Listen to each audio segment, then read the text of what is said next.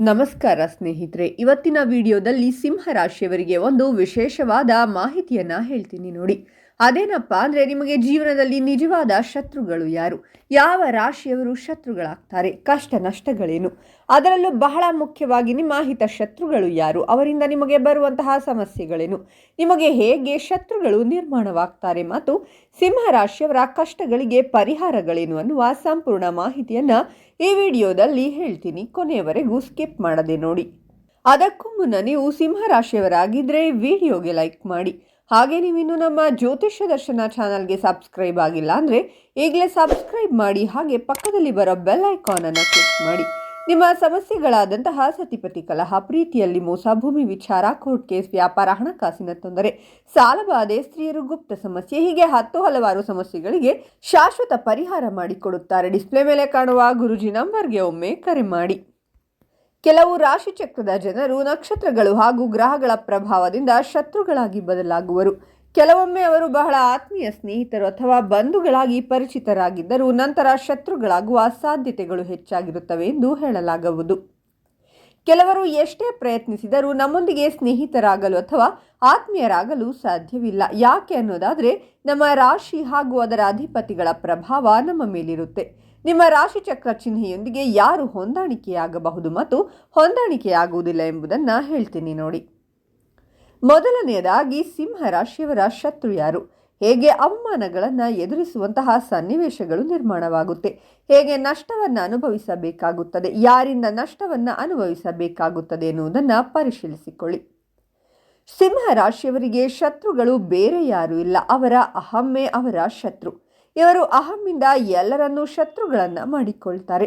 ತಂದೆ, ತಾಯಿ, ಬಂಧು ಬಾಂಧವರು ಇವರೆಲ್ಲರನ್ನೂ ಕೂಡ ಶತ್ರುಗಳನ್ನಾಗಿ ಮಾಡಿಕೊಳ್ಳುತ್ತಾರೆ.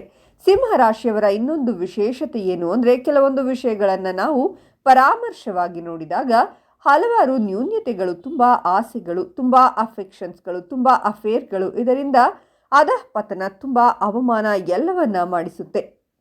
ಸಿಂಹ ರಾಶಿಯವರನ್ನು ನೋಡಿದಾಗ ಸಿಂಹರಾಶಿಯವರ ಜೀವನದ ವ್ಯವಸ್ಥೆ ಒಂದು ರಾಜತತ್ವವನ್ನು ತೋರಿಸುತ್ತೆ. ರಾಜತತ್ವ ಏನು ಅಂದರೆ, ನಾನು ಮಾಡಿದ್ದೇ ಸರಿ ಎನ್ನುವಂತಹ ವಾದದಿಂದ ಕೆಲಸಗಾರರು ಶತ್ರುಗಳಾಗಿ ಪರಿಣಾಮ ಬೀರುವ ಸಾಧ್ಯತೆ ಇರುತ್ತದೆ. ನಿಮ್ಮ ಮನೆಯಲ್ಲಿ ಸಂಗಾತಿಗಳು ಶತ್ರುಗಳಾಗುವ ಪರಿಸ್ಥಿತಿ ನಿರ್ಮಾಣವಾಗುತ್ತೆ. ಗುರು ಹಿರಿಯರು ನಿಮಗೆ ದ್ವೇಷ ಮಾಡಿ ಅವಮಾನಗಳನ್ನು ಮಾಡುವಂಥದ್ದು, ನಿಗೂಢ ಕಾರ್ಯಗಳು ನಿಮಗೆ ಅವಮಾನ ಆಗುವಂತೆ ಮಾಡುತ್ತವೆ.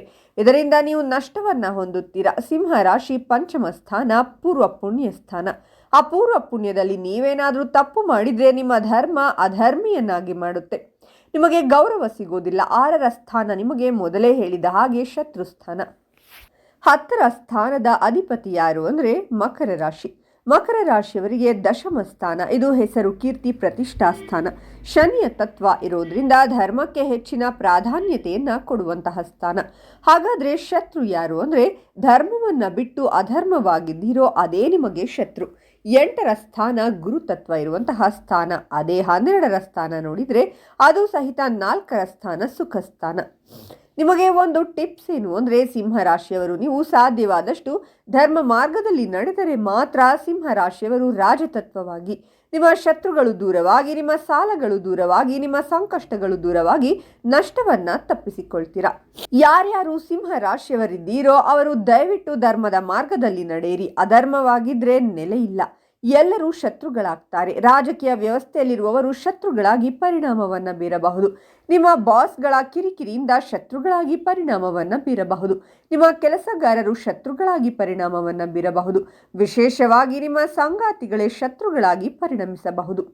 ಎಲ್ಲಿ ಧರ್ಮವನ್ನು ಬಿಟ್ಟು ಅಧರ್ಮದ ಮಾರ್ಗದಲ್ಲಿ ನಡೆಯುತ್ತೀರೋ ಅಲ್ಲಿ ಶತ್ರುಭಾವ ಉತ್ಪತ್ತಿ, ಸಾಲಭಾವ ಉತ್ಪತ್ತಿ, ಆರೋಗ್ಯದಲ್ಲಿ ಸಮಸ್ಯೆ ಉತ್ಪತ್ತಿ, ಇವೆಲ್ಲವೂ ನಿಮಗೆ ಸಮಸ್ಯೆಯನ್ನು ಕೊಡುತ್ತೆ. ಅಡೆತಡೆ ಬರುತ್ತೆ. ಸಾಲವನ್ನು ಮಾಡಿಕೊಂಡು ಊರು ಬಿಡುವಂಥದ್ದು ಇವೆಲ್ಲವನ್ನ ತೋರಿಸುತ್ತೆ. ನಷ್ಟವನ್ನು ಅನುಭವಿಸ್ತಾ ಇರ್ತೀರಾ, ಅವಮಾನವನ್ನು ಅನುಭವಿಸ್ತಾ ಇರ್ತೀರಾ. ನಿಮಗೆ ಸಮಾಜದಲ್ಲಿ ಯಾರೂ ಕೂಡ ಗೌರವವನ್ನು ಕೊಡೋದಿಲ್ಲ. ಎಲ್ಲವೂ ಇದ್ದರೂ ಕೂಡ ನೀವು 0 ಆಗಿ ಉಳಿಯುತ್ತೀರಾ.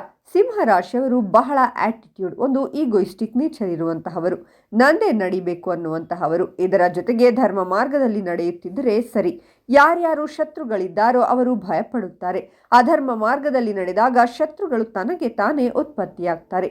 ನೀವು ಸಾಧ್ಯವಾದಷ್ಟು ಅಹಮ್ಮನ್ನ ಕಡಿಮೆ ಮಾಡಿಕೊಳ್ಳಬೇಕು. ಧಾರ್ಮಿಕ ವಿಚಾರವನ್ನ ನೀವು ಬೆಳೆಸಿಕೊಳ್ಳಬೇಕು. ಧರ್ಮದ ಬಗ್ಗೆ ಹೆಚ್ಚಿನ ಒಲವನ್ನ ತೋರಿಸಬೇಕು. ಅಧರ್ಮದಿಂದ ಹೊರಗಡೆ ಬಂದಾಗ ಮಾತ್ರ 6, 8, 12ನೇ ಮನೆ ನಿಮ್ಮನ್ನ ಸಮಸ್ಯೆಯಿಂದ ದೂರ ಮಾಡುತ್ತೆ. ನೀವೊಬ್ಬ ಸಮಾಜದಲ್ಲಿ ಗೌರವಾನ್ವಿತ ವ್ಯಕ್ತಿಯಾಗಿ ಬೆಳಿತೀರಾ.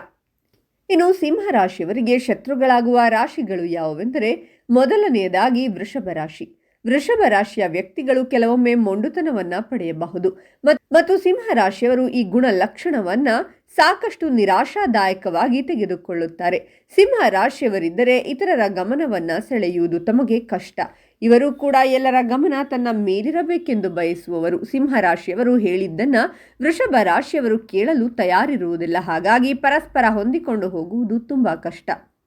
ಎರಡನೆಯದಾಗಿ ಸಿಂಹ ಮತ್ತು ವೃಶ್ಚಿಕ ರಾಶಿ ಚಕ್ರದ ಸ್ಥಳೀಯರು ಇಬ್ಬರು ಗಮನ ಸೆಳೆಯಲು ಬಯಸುವವರು.